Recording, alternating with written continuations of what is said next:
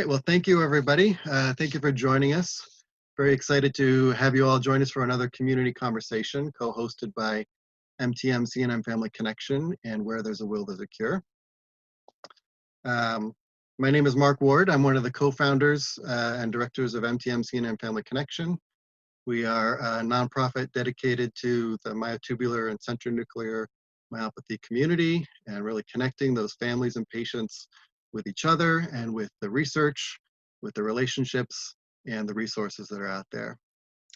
Joining me from MTM-CNM Family Connection is our president, Aaron Ward, and our vice president, Marie Wood. And our co-hosts for this series are Dan and Melanie Whiston from Where There's a Will, There's a Cure. I'll ask Dan to briefly unmute himself and say hello and introduce his organization. Thanks, Mark. I'm Dan Whiston. I'm the vice president of Where There's a Will, There's a Cure.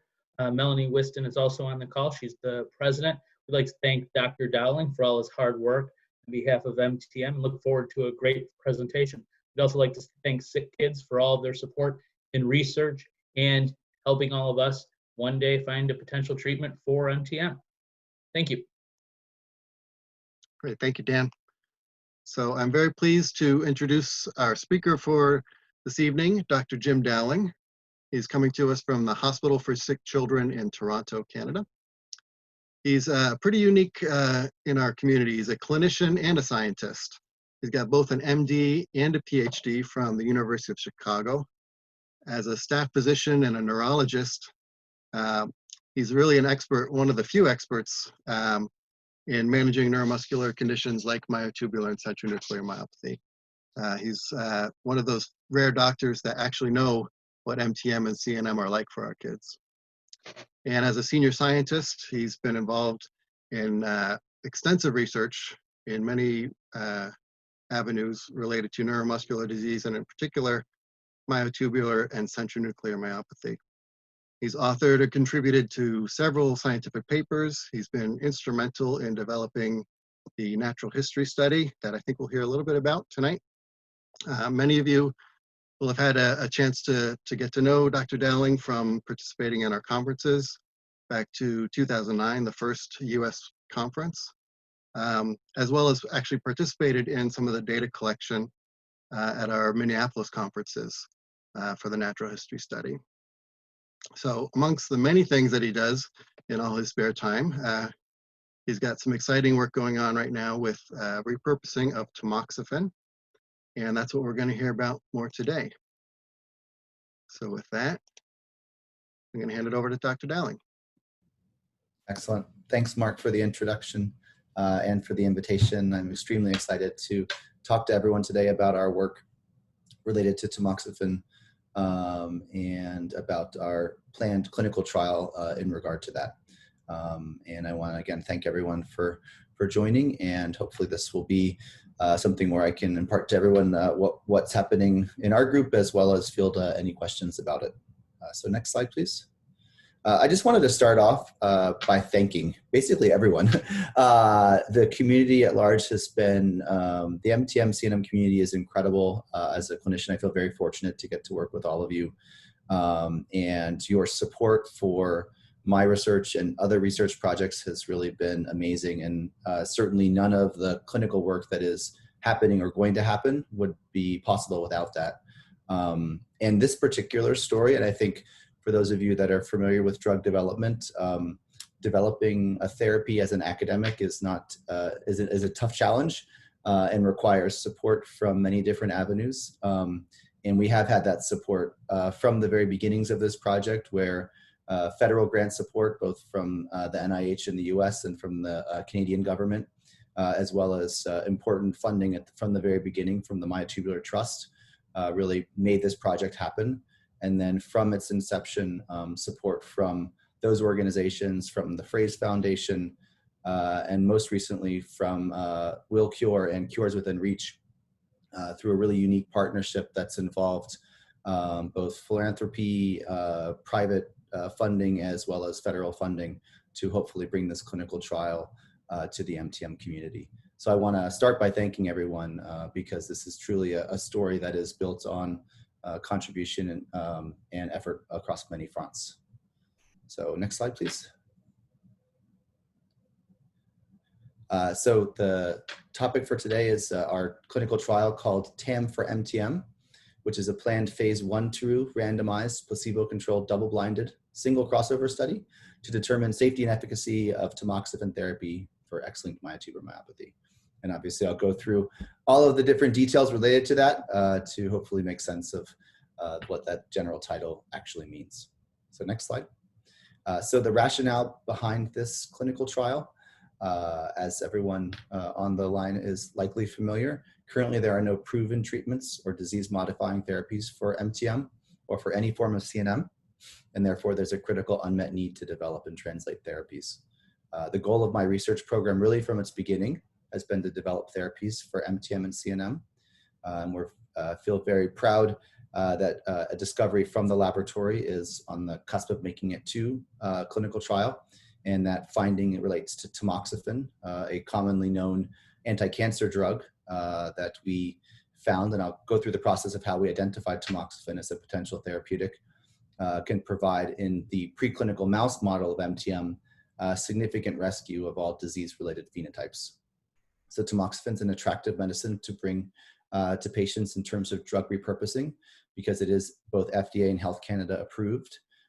It's been used extensively down to infants, both male and female, typically for indications related to cancer, but also for some other indications as well. It has an excellent safety profile that's based on many, many years of patient data with the use of tamoxifen, including both chronic and acute dosing. And again, in our mouse studies, the drug showed significant improvements both at low and high doses. Next slide. So first, I thought it would be important to step back and talk about drug development generally for MTM. And this is how I conceive of it. If we take as the operating basis anyone who has an MTM1 mutation as being an individual who has X-linked myotubular myopathy, you could think about several different potential therapeutic strategies, some of which are already bearing fruit in terms of bringing therapies to clinical trial. So the most direct way of thinking about treating it would be to replace the MTM1 gene or the MTM1 protein. And this is the theory behind gene replacement therapy that probably most are familiar with in terms of the Audentes gene therapy trial. There's also protein replacement therapy that has been examined in preclinical models and is in still stages of preclinical development. You could think about functional correction. So MTM1 is a phosphatase. It has a very specific enzymatic activity. And so you could think about ways in which you could correct the loss of that phosphatase activity. And we have another program, which I think I've presented and has been presented to the MTM-CNM community in the past, regarding a special kinase called PIK3C2B, which turns out to be a modifier of MTM1 by balancing the lost enzymatic function of the MTM1 protein. You could think about the downstream abnormalities that happen in the muscle after losing MTM1. So whether it's protein changes or signaling changes, and use those as a springboard for potential therapy development. And that's something that our group and others have considered, has yet to result in a therapy that's made it to clinical trial, but it is the idea of a pathway amelioration that led to the identification of protastigmine or mestinon as a potential treatment for MTM and CNM. You could think about doing what's called a non-biased screen, which is basically a large-scale drug screen based on whether it's a cell phenotype, or in an organism like a mouse or in our case, zebrafish, where you use many chemicals or drugs and see if they fix a potentially behavioral phenotype, or in the case of a cellular phenotype. And we've done quite a bit of work looking at a non-biased screen in the zebrafish, which hopefully we'll be able to present to the community sometime soon, because we have some exciting results related to that. And then finally, and this is actually the case for tamoxifen, you could get lucky. And sometimes being a bit lucky is the best course of action for therapy, because you find something you would not necessarily expect otherwise. So next slide, please. So I like to call it not luck, but a serendipity. And it came out of actually very careful experimentation by the talented researchers in my group. We were doing a study in the MTM1 knockout mouse, which is the sort of workhorse preclinical model of X-linked MTM. This mouse has a very reproducible phenotype, and it behaves, every mouse that has this knockout behaves very similar in our hands. So we've done very extensive mouse natural history studies, and we used the mouse as, again, as a springboard for therapy identification. And in our studies looking at that modifier kinase that I mentioned, the PIK3C2B, one of the things that we were doing is a genetic trick where we can remove a gene at different ages of the mouse using what's called a tamoxifen inducible system. And to do that, we give tamoxifen to the animals for just a couple of days to convert this genetic trick and then study what happens once the genetic trick has happened. As a control for that, what we do is we treat the animals that don't have the mechanism for the genetic trick with tamoxifen alone to make sure that there isn't any influence of that on the results that we find. So what we did notice when we did that is if we compared just 1 week of treatment of tamoxifen in our MTM1 knockout mice compared to ones that don't receive any treatment, that the animals were living about 5 days longer, which again doesn't seem like much, but given how much we know about the mouse knockout was a significant finding, and led us to contemplate whether more chronic dosing of tamoxifen may result in a more robust reversal of the clinical mouse phenotype. And that's what we set out to do. So next slide. So we decided to treat our knockout animals with daily tamoxifen. We did this starting at 14 days, 21 days, and 30 days. So 14 days is when we see the first changes at all in the muscle under the microscope, though the animals are completely normal. 21 days is the first time we notice any weight difference between the MTM knockout mice and the wild type mice. So it'll be the first day of clinical findings, if you wanted to call mouse changes as clinical. And 30 days, the animals are already exhibiting some hind limb paralysis, so quite a bit of weakness. So it's a bit late, it's a late stage of the disease. And whether we treat it 14, 21, or 30 days, we always see an improvement with tamoxifen in the survival of the animals, and also an improvement in their muscle function. So increases in their grip strength and any other functional assays we do, such as treadmill analysis or wire hang. And this was very reproducible across cohorts. And also we could see it with both low dose or high dose tamoxifen. Okay, next slide. There's a lot of words, but hopefully I can show you a video that will convince you. I'm not going to tell you which animal was treated with tamoxifen, but there's 3 animals in this cage. One is a wild type, one is an MTM knockout mouse that was untreated, and one is one treated with tamoxifen. There we go. I'll have you, everyone pick, and then we'll run the video again and I'll point them out.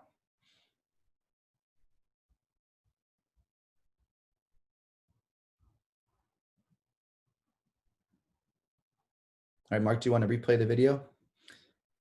Thanks. All right, so the animal right in the middle that's not moving is the untreated mouse. The one that's heading towards you right now is the tamoxifen treated MTM mouse. And that third animal right there, so that's the knockout not treated. So you can see it's quite weak, and it actually would be the day before we would have to euthanize the mouse because of how sick it got. And whereas the knockout that's treated with tamoxifen looks pretty indistinguishable from the wild type animal. Next slide. So the therapy also improves the pathology that we see in the muscle. So the mouse model of MTM has all of the findings that you see in patient muscle biopsies. So increased central nuclei, small muscle fiber size, organelle disorganization, and a specific defect in a structure called the triad. And these are the important changes that we associate with MTM and CNM in the muscle. And we see significant improvement in all of those areas with tamoxifen treatment. Next slide. So just to summarize this first bit, we surprisingly found that tamoxifen increases the lifespan of the MTM1 mouse model. And both low and high dose accomplish this in a dose-dependent manner. And in particular, the high dose rescues essentially all of the pathologic features of the knockout mice. Now, the next question we wanted to ask is, well, why does this work? It's not intuitive that giving tamoxifen to MTM knockout mice should help. As many of you may be familiar, tamoxifen is a steroid analog. So it's a selective estrogen modulator. it binds to the estrogen receptor. And by doing so, it can either activate pathways that the estrogen receptor normally activates, or it can inhibit pathways that the estrogen receptor normally activates. The estrogen receptor does most of its action inside the cell nucleus, where it initiates the creation, the generation of RNAs or transcripts of important estrogen receptor responsive genes, and that's its main function. It also has some function in the cytoplasm, and that cytoplasmic function is less well known, but has to do with some signaling pathways that have been reported to be potentially affected in at least the mouse muscle of the MTM1 knockout. So we first thought that logically that it was perhaps acting by this nuclear change, that it was acting on the genes that estrogen receptor modulates. So next slide. So we did an experiment called RNA sequencing. And this is where we took the muscle and we looked at every single RNA that was made in the muscle to see if any of them were changed with tamoxifen treatment. And in another surprise to us, there was basically no changes at all. So despite the robust rescue of the therapy, none of the genes we know that are responsive to estrogen receptor changed. So we therefore, next slide, predicted that it must be working in that cytoplasmic, that other part of estrogen receptor. And we were particularly keen to know whether it affected any of the known modulators that had been seen before for MTM. So two of the main modulators or modifiers that have been described for MTM are PIK3C2B, which is work that we've done. And that's that kinase that I mentioned that balances the enzymatic activity of MTM1. And Dynamin-2, which I think everyone heard about a couple weeks ago from Dynacure, where the observation that increased amount of Dynamin-2 has been described in MTM1 muscle, and lowering Dynamin-2 has been shown to be of therapeutic benefit, at least in the mouse model.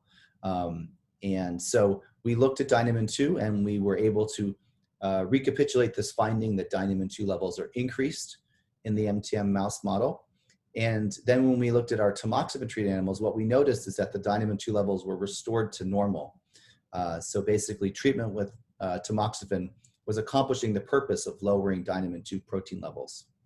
Importantly, we saw this not only in the muscle of the mouse model of MTM, but when we looked at cell lines from several individuals with MTM, so we have skin fibroblasts that were obtained from skin biopsies, we see that same finding, the increased Dynamin-2 levels in patient fibroblasts.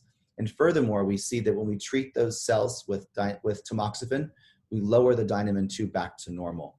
And this gave us confidence that this finding that we were seeing in mice may actually translate to patients, because the same phenomenon, however tamoxifen is working to modulate Dynamin-2, is working the same in mouse muscle as it is in patient cells.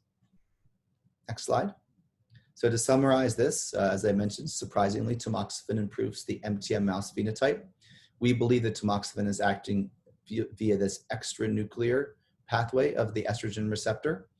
And data I didn't show you, estrogen itself actually provides a similar benefit to tamoxifen, again, reinforcing that it's likely through the estrogen receptor that tamoxifen is acting.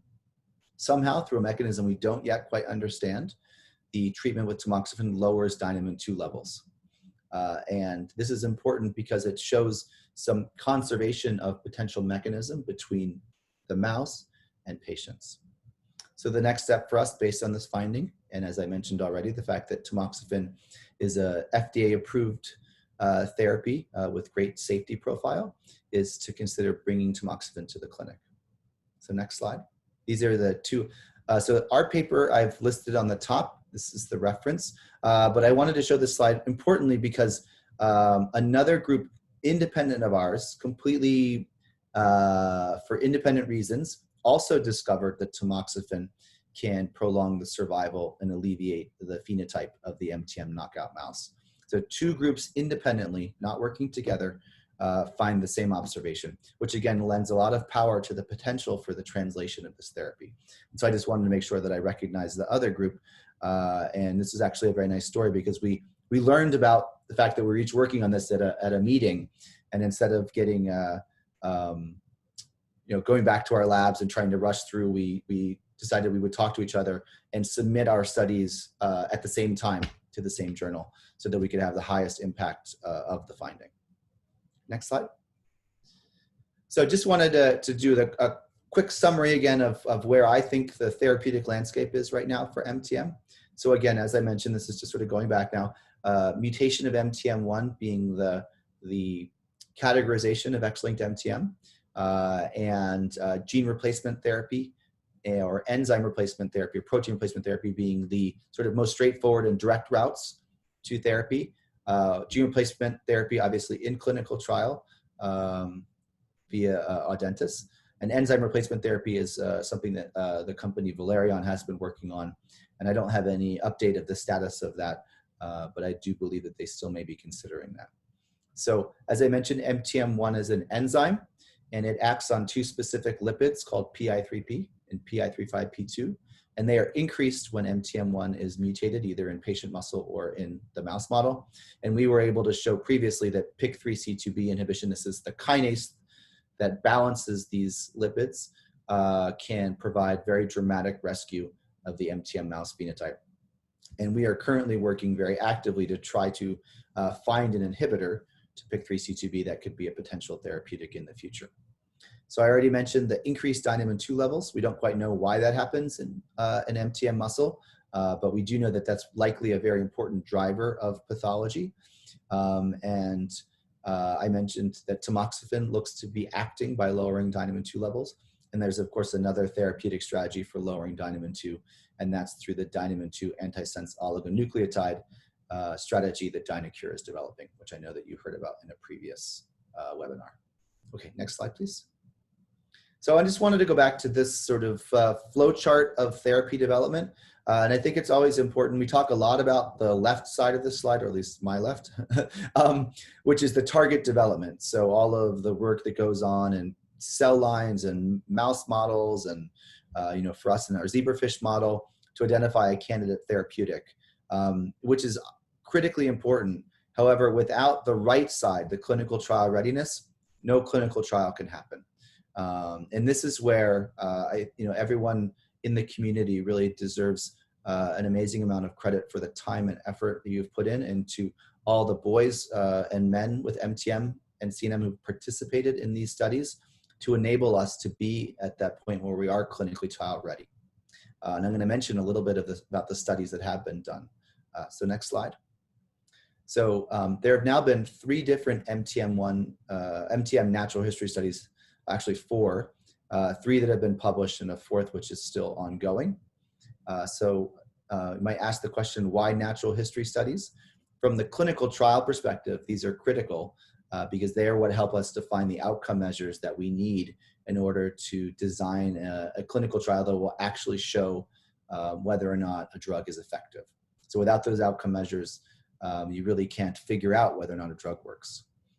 They're also important in the here and now, even before therapies, because it helps us better understand the gaps in current care and really do more accurate disease prognostication. And I think there's already been some excellent information that's come out of the existing natural history studies. And hopefully now we're, as a group, enabling better care for MTM patients. And in the future, I think additional data that's going to come out, particularly from the Incepta study, is going to help inform on new elements of the disease natural history that will help with treatment and also with care. Hopefully, I know there's some work afoot, but I'd emphasize the importance of thinking about this for non-XL MTM forms of CNM, where I think we lack right now the full natural history, and that's potentially going to be a barrier to clinical trials for those subtypes of CNM. So something to keep in mind how, as a community, that needs to be considered. Next slide. So what are some take-home points from the natural history studies that have been completed? This is something that I think everybody in the audience knows, which is that X-linked MTM is a severe and typically lethal disease. And individuals with MTM typically require multiple invasive supports. The majority of individuals require G-tubes or GJ tubes for feeding, tracheostomy and a ventilator for breathing, and wheelchair for ambulation. While the exact number of individuals that pass away in the first year of life is unclear. The estimate is about 25% of MTM patients will not live to their first birthday, and that there's likely a 10% per year mortality rate after that. So all this to me says this is a disorder that we need to be working night and day to find a therapy for. And I think hopefully we'll be seeing those results soon. One thing that we found is that the MTM over a course of a year seems to remain relatively stable. And by stable, I mean there seems to be a little change in motor or respiratory parameters from one year to the next. And one thing that we found that was a bit surprising in our study is that despite the severity, you may anticipate that MTM patients would be in the hospital all the time. But actually it turns out, particularly after the first 2 years of life, that MTM patients require relatively limited amount of hospital care. And we chalk that up to all of you and what amazing caregivers you are for your children, and how well you deal with the day-to-day complications of suctioning and changing trachs and changing D-tubes and things like that that enable your boys and men to be as healthy as possible. And then finally, we were able to identify very useful outcome measures that are really the primary drivers for clinical trial. And I'll mention them in just a second. But the main outcome measures that are being used in the clinical trials are the MFM-32, stands for Motor Function Measure 32, because that's 32 elements. And it is a validated scale that reflects motor function with multiple domains that look at standing, walking, and fine motor function. FVC is a lung measure, forced vital capacity. So for those of you who've ever undergone pulmonary function studies or had your loved one with MTM undergo those, you know what those are about.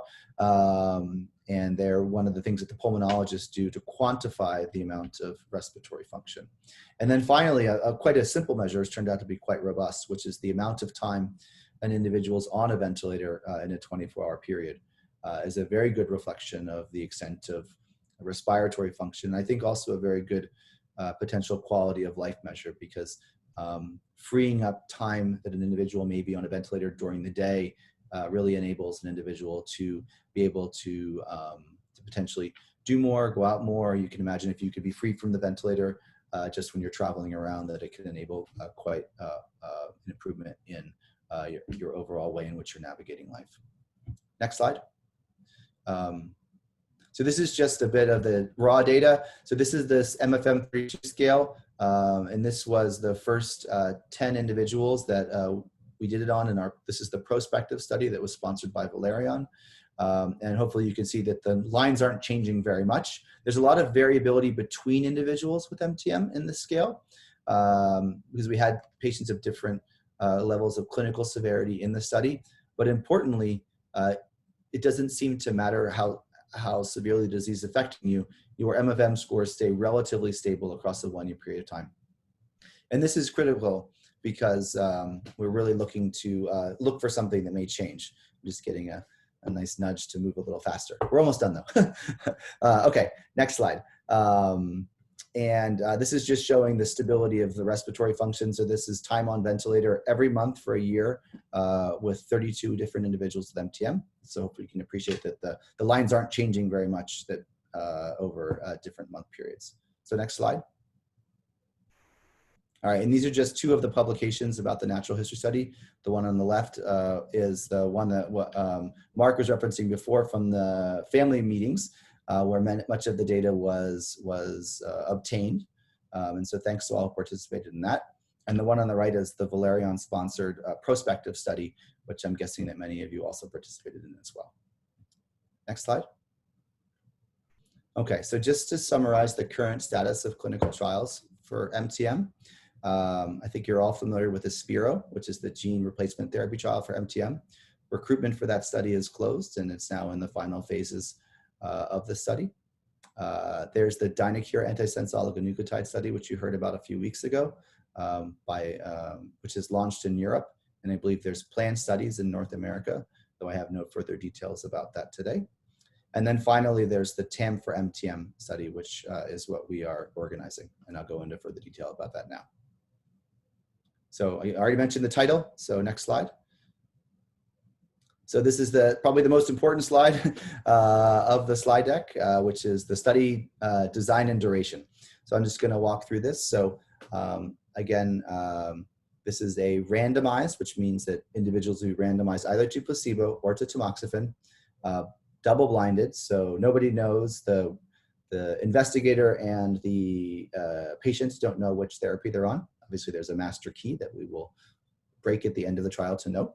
And it's a crossover study, which means that everybody will get the drug.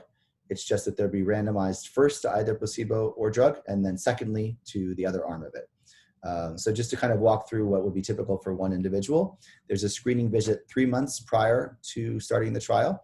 And the purpose for doing this is to make sure that we have lead-in natural history data for every individual, because again, we're going to be comparing these outcome measures to the individual's baseline.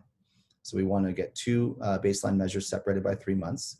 Then individual would be randomized to tamoxifen or placebo, treated for 6 months. There'd be a 3-month washout, and then treated for 6 months on either placebo or tamoxifen, whichever they didn't get the first time. The study population plan is for individuals aged 2 and up with X-linked myotubular myopathy as confirmed by a MTM1 gene mutation. And right now we have funding for 16 participants across our participating sites. Next slide. So here are the 4 sites. So Sick Kids in Toronto, which will be the lead site. The NIH, where the PI is Karsten Boneman. Lurie Children's Hospital in Chicago, where Nancy Kuntz is the PI. And Great Ormond Street, where Francesco Montoni is the PI. Next slide. So the study objectives. So the goal of the study is to determine the efficacy of tamoxifen therapy to improve motor function in males with X-linked myotubular myopathy. Next slide. Secondary objections include determining whether tamoxifen improves respiratory function and to determine whether there's continued improvement with longer therapy. We will also look to see whether there's any crossover effects of stopping the therapy. And of course, importantly, to make sure that the drug is both safe and tolerated in males with X-linked MTM. We will also be assessing a novel biomarker that the lab has been developing. Next slide. Study endpoints will be, again, defined by age, respiratory, and ambulatory status. So there's multiple co-primary outcomes that really have to do with an individual's age and status, because there wasn't one specific measure that would fit across the entire spectrum of individuals with X-linked MTM. Next slide. So for motor function, for individuals old enough to participate, and that's individuals over age 4, the primary outcome measure will be the motor function measure of 32, or the MFM32. For individuals under age 4, we will use the CHOP and TEND, which is a similar scale but geared towards younger children and infants. For patients who are ambulatory, we will also use in addition the 10-meter walk test, and that will be in addition to the MFM32. In terms of respiratory function, we will use standardized pulmonary function tests, and again, forced vital capacity being the primary measure. And for patients on tracheostomy and who can't perform PFTs accurately or adequately, we will use time off ventilator as the primary respiratory outcome. Next slide. We'll also be measuring many different individual patient data points. I think most importantly here is we have very good guidance on what we need from a safety monitoring perspective, because again, there is so much information about tamoxifen and its potential side effects. And in particular, a few things to note is that we will be measuring sex hormone levels, because tamoxifen again is an estrogen analog, and so there may be changes related to that.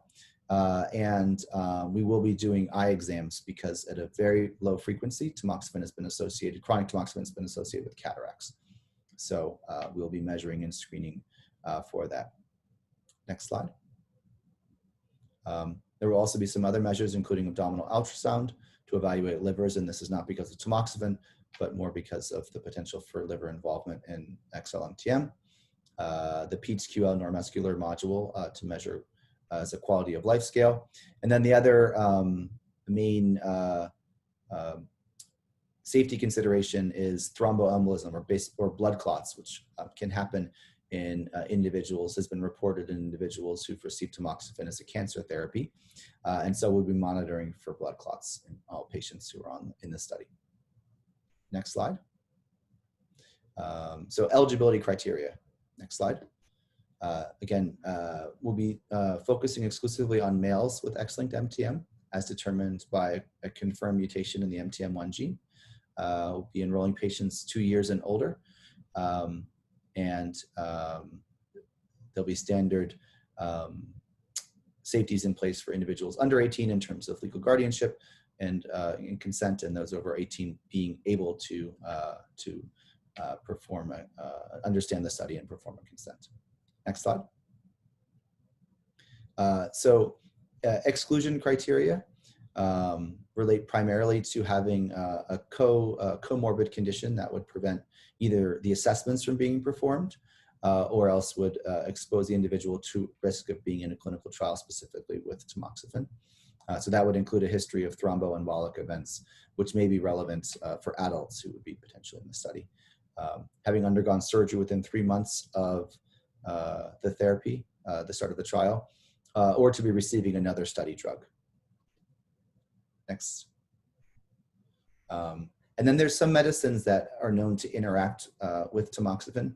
Tamoxifen modulates some of the metabolizing enzymes in the liver. And if an individual is on one of these medicines, it would not be safe to also take tamoxifen at the same time. And so that would be an exclusion criteria, but obviously something that could be, as a consideration prior to the trial in terms of whether or not to continue taking it or to instead enroll to the trial. Okay, next slide. Tamoxifen is an oral medicine. I should mention that tamoxifen is completely generic. There is no drug company that continues to make tamoxifen in one of the name brand ways. It's only available as a generic. We will be getting the drug from a company called apo-tamox, which is a Canadian manufacturer. So we'll be using apo-tamox, which is a pill formulation. And individuals will be getting this twice a day, either the apo-tamox or placebo. And there'll be instructions for individuals who can't swallow pills on how to administer the medicine through a G-tube. Next slide. All right, so I just wanted to quickly wrap up with one last point, because this is what I had to say about the clinical trial, because I know this was a question sent forward in advance of the discussion, which is, can this therapy be used for other forms of CNM?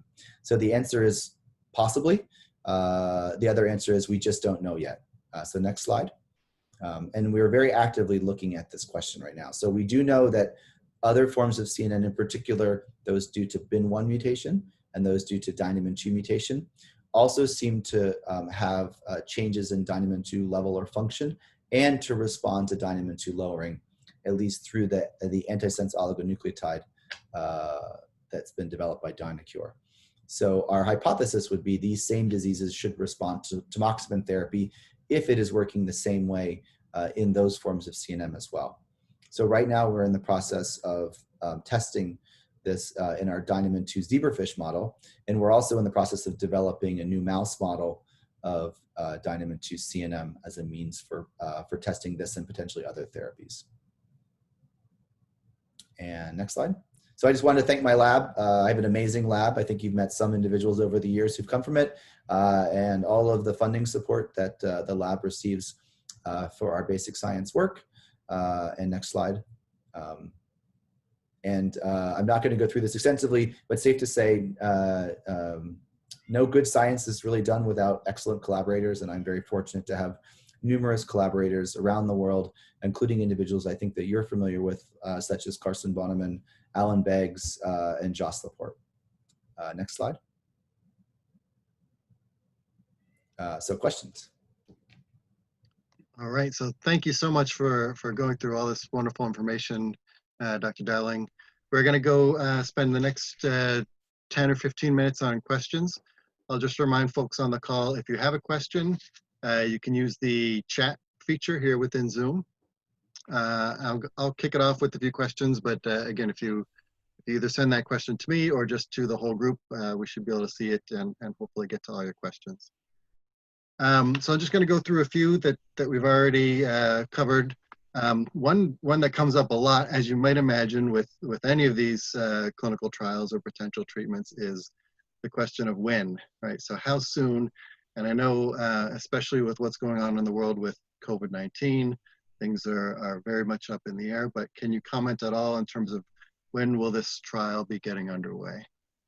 Yes, so this has been a moving target question, which I think Dan can well appreciate some of the reasons that have gone into that. We're set to enroll patients prior to COVID. We actually we have Health Canada approval and regulatory board approval at our institution.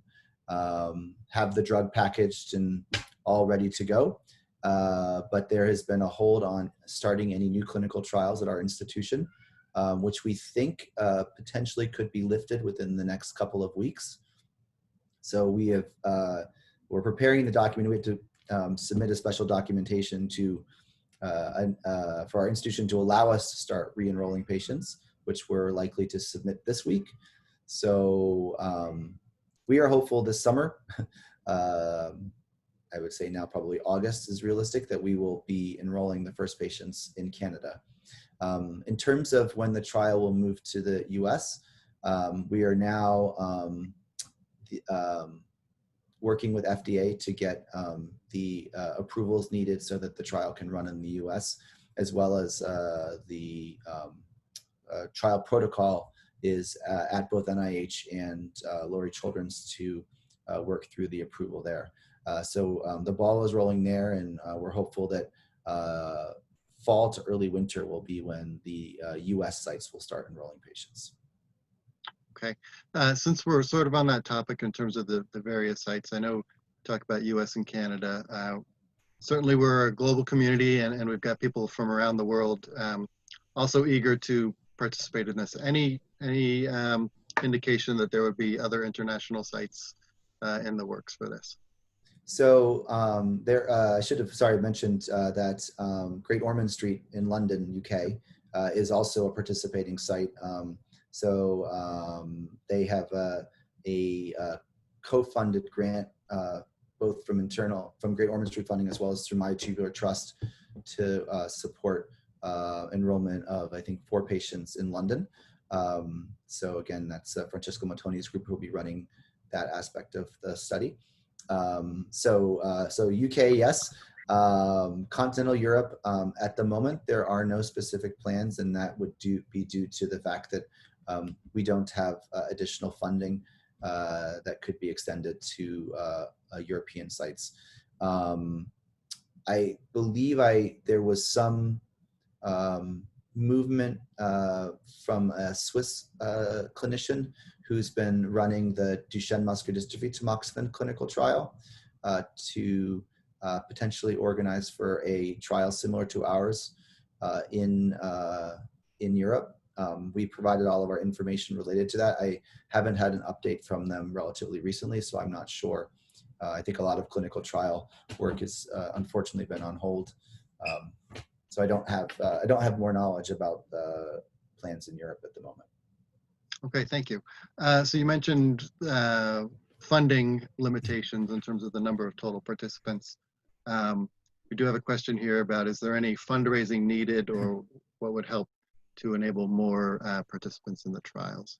So I'm always very hesitant to directly mention fundraising when I'm talking, because we would not have planned the study without adequate funds. We do believe that we are powered to see a significant benefit with the size of a 16-person clinical trial.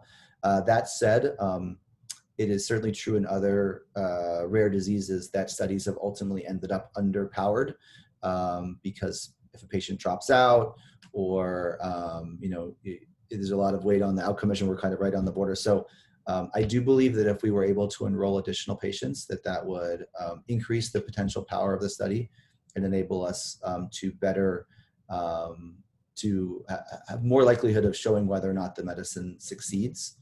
I think it's always important to understand that the goal of a clinical trial is to test a very specific thing. In this case, it's to test whether or not the drug works and also is safe. If it results in a positive finding, then the the information is now available to all individuals outside of the clinical trial as well. So you don't have to be in a clinical trial to hopefully receive the medicine. And there's certainly a balance of enrolling patients and doing the study to get to the results so that we can see whether this therapy works, versus enrolling more patients so that we can ensure that we have enough power to see the change we're hoping to see. So I think that was a long way of saying, likely, yes, we would benefit from additional funds to recruit additional patients. But at some point, we'll want to strike a balance to make sure that we are able to complete the study in a timely fashion so that we can have results that will hopefully impact the whole community and not just those in the trial. Maybe an extended kind of related to that question is just for the patient community in particular. Mm-hmm. If they're looking to or interested to participate in the trial, fundraising is not at all part of what they need to be trying to do, right? And so there's no correlation between, and you would, I think it would be, you'd have to be pretty suspicious of a trial that's going to select patients based on whether or not a family has given money or a community has given money. The enrollment will be once the sites are open, will be on a sort of first come continuous basis. And again, if the individual meets the eligibility criteria, then they will be eligible for the study, and there won't. We will try as much as humanly possible to not have a bias in terms of enrollment of individuals if an individual meets the eligibility criteria. And so when these trials are live, they'll be listed on places like clinicaltrials.gov, et cetera. Yes, so hopefully the clinicaltrials.gov posting I'm finishing the documentation for that, should be up in the next week or two. But because we don't yet have the FDA approval piece, we're still working on that. We will be, it will only list the Canadian site to start with. Okay. But when they are ready, Yes. then the best vehicle for an individual is to basically talk with their physician, right? Yes. There'll be contact sites for for the trial organizers. And that's also an avenue to go. So either talk to your clinician or you can contact the study coordinators. And for sure, once we are up and recruiting for the trial, I will let you, Mark, know to feel free to, if you're willing, to announce and advertise on your site, and we'll cure as well. And I will certainly let Allison Phrase know as well from the Phrase Foundation site. So I think there'll be different avenues that will make sure that everyone is aware when recruitment has started. Yeah, definitely. We will all do whatever we can to help spread the word when the word is ready to be spread. Yeah. And hopefully people that are eligible to be involved can make the right contacts. One question that's come up is, especially with a relatively small trial participant size and relatively few sites, Mm-hmm. Given what we know about tamoxifen, why wouldn't an individual, if they could get it prescribed off-label, proceed with sort of trying tamoxifen on their own outside of the trial? Yeah, it's a great question, and one that I think is a challenge, is a issue, or something that comes up with any repurposed drug. I think the foremost reason is that while we know that the drug is safe for individuals who have breast cancer and also in some limited other settings, we don't know if the drug is safe for individuals with X-linked MTM. Obviously, we wouldn't be planning a clinical trial if we thought there was a very high risk of trying this medicine. My concern would be that the safety piece is unknown. and therefore there is a risk to trying a medicine in a new indication. And so, part of a clinical trial is all of the built-in measures that monitor safety that you wouldn't typically do for, if you're just taking a medicine on a routine basis. I think it's important not to dismiss that element of things, because there are surprises, and we don't anticipate this, but I think so that would be the main reason, I think, is I would have concerns of using a drug off-label where we have no safety data, and we can't say that an individual child or an adult with MTM may not respond differently than other individuals to a medicine. Right. Yeah. So, you mentioned things like blood clotting that are maybe some sort of known potential safety considerations with tamoxifen, but there's also, I'm sure, unknown safety considerations that hopefully won't show up, but if they do, in the context of the clinical trial where they're closely monitored, is probably the safest way to do that. Yeah, and then the drug concentrates in the liver, and it's highly metabolized by the liver. And I think I don't need to appraise the community of the concern about liver function and the potential that a medicine or drug may exacerbate any existing liver condition. So I think it's not something that's known to happen with tamoxifen, but again, something that is yet another reason to have that safety information. And I think also, a reason why we really want to get the trial going and to get it completed in as timely fashion as possible, because I do appreciate the need and for patients with MTM for therapy. And that, there are young adults and adults with the condition who, are in desperate need for treatment. And so we want to have this result as soon as we can to the community, but we also want to do it in the way that is going to be the safest for patients, and also that's going to actually tell us whether or not the drug works. Yeah, excellent point. A clinical trial is very much still a trial, even though there's great hope and scientific basis for it. It hasn't been tried yet. So that's worth reminding ourselves.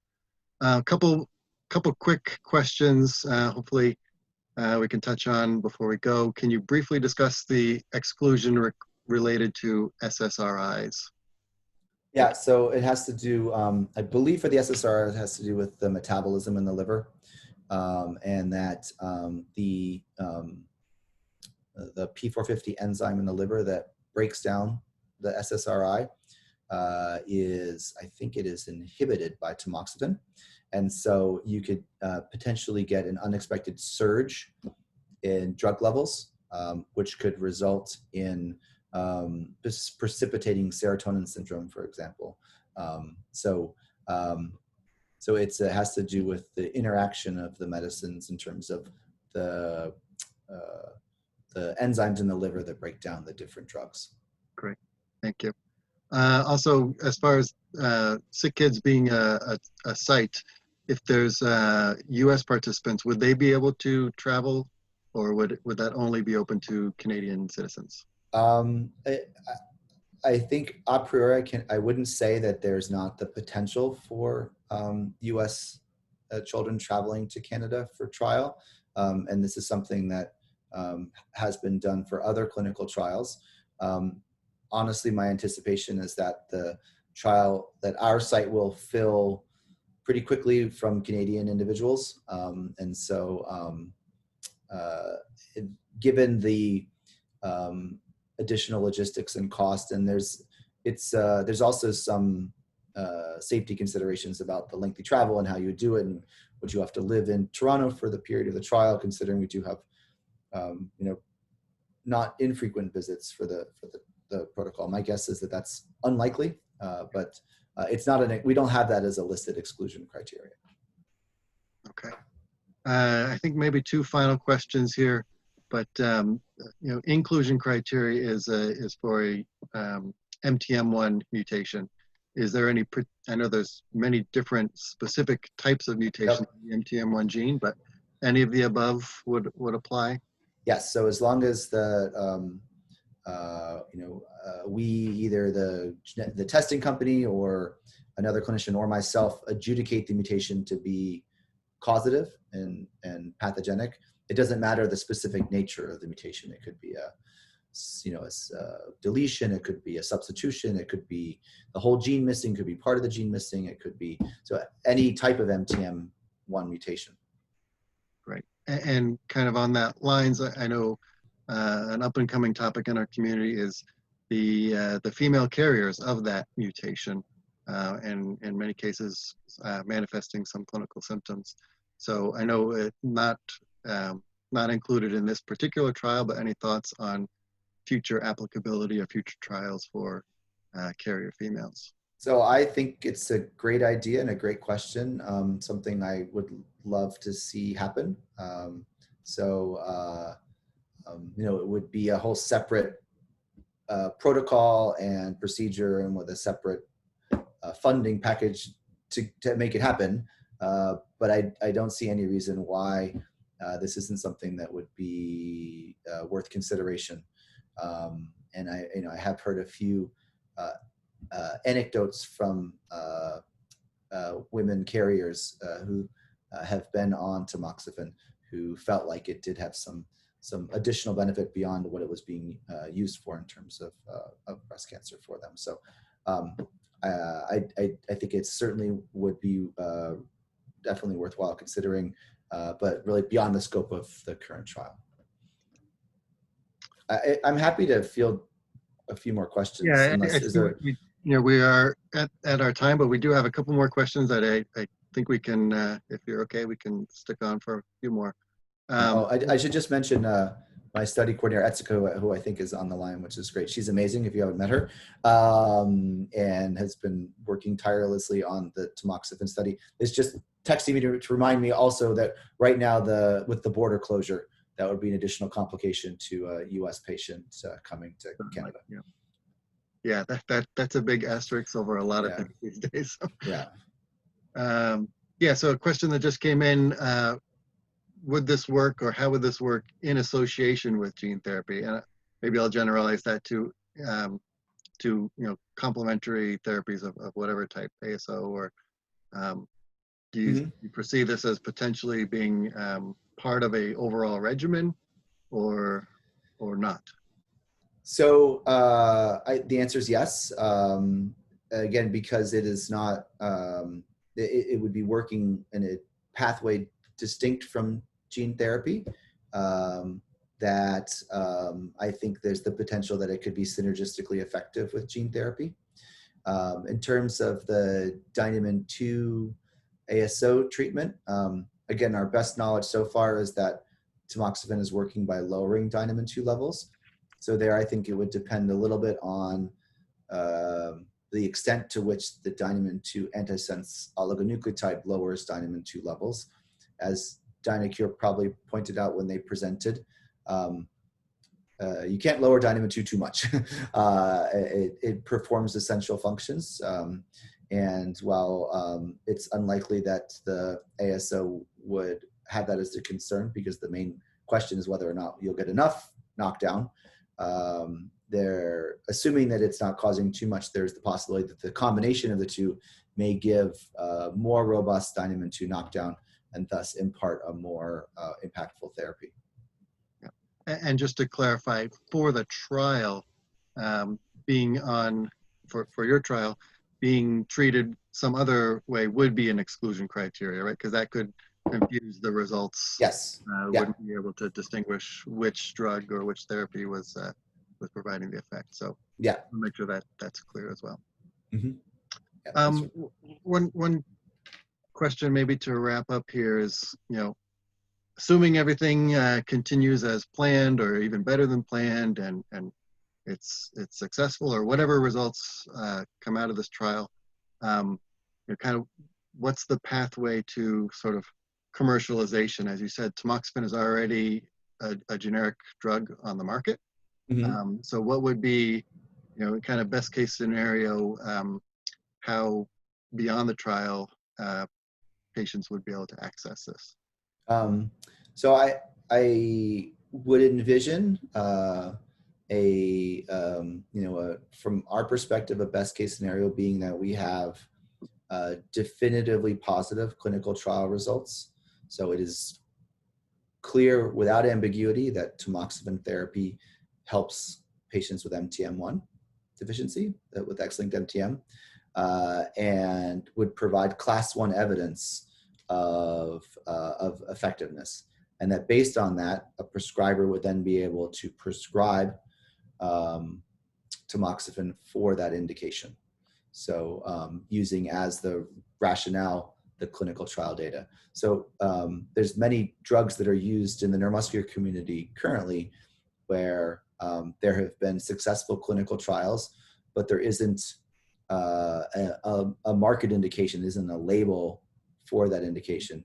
And that has been well accepted by FDA and by insurance as a means for prescribing.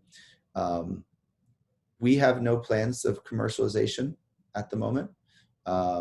Again, the drug is completely generic. There are no companies that, so I think the drug was originally made by AstraZeneca. They are not, they don't even make it anymore. So there's no appetite per se to then go for a specific indication for XLMTM to then market it that way. Honestly, there's been some pretty notoriously negative examples of that type of commercialization in the rare disease space.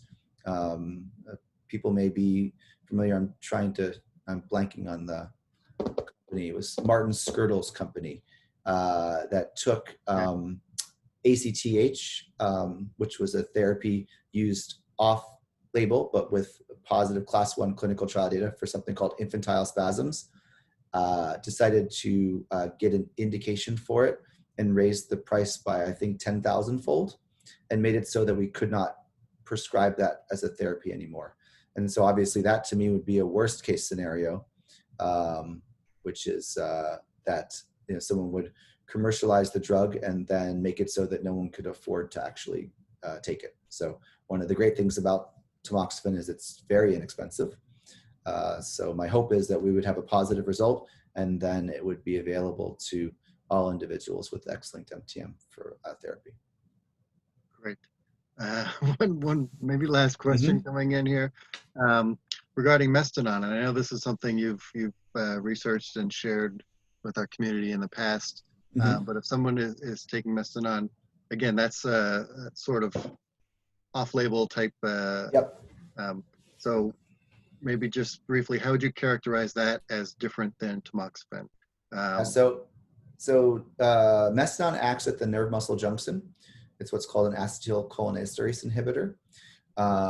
And our group and others have shown that the neuromuscular junctions in MTM are not formed and maintained properly. So there is probably some defect in that structure.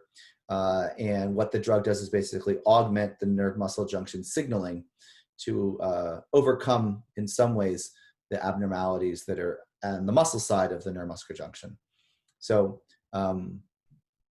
that we think is probably unconnected from the efficacy that we see in the mice with tamoxifen, which again is more related to Dynamin 2. And having done studies of Mestinon, so we did a study of Mestinon in the knockout mice years ago. It did not prolong survival. It did improve motor function in one of the mouse models, in the milder mouse model. So I think my anticipation is that they shouldn't preclude each other from working based on our knowledge of the mechanism. And my anticipation is tamoxifen is likely to have a much more robust effect. So it's acting very differently, and the preclinical data is much more robust. If tamoxifen is successful, there would be no reason why an individual couldn't take both therapies. They don't have an interaction with each other. So the reason why we have that as an exclusion for the clinical trial is just to make sure that it's not going to complicate. It's more a matter of not starting. If you're on Mestinon, you can maintain on that as long as you've been on it for a certain period of time, because we don't want someone starting methadone at the same time they're starting on the clinical trial, because that may confound the results. Right. And actually, I think, and just to take one moment, I think the mention of methadone brings up another reason why clinical trials are really important, because I would say it's not clear to me whether and how much methadone actually helps in patients with MTM.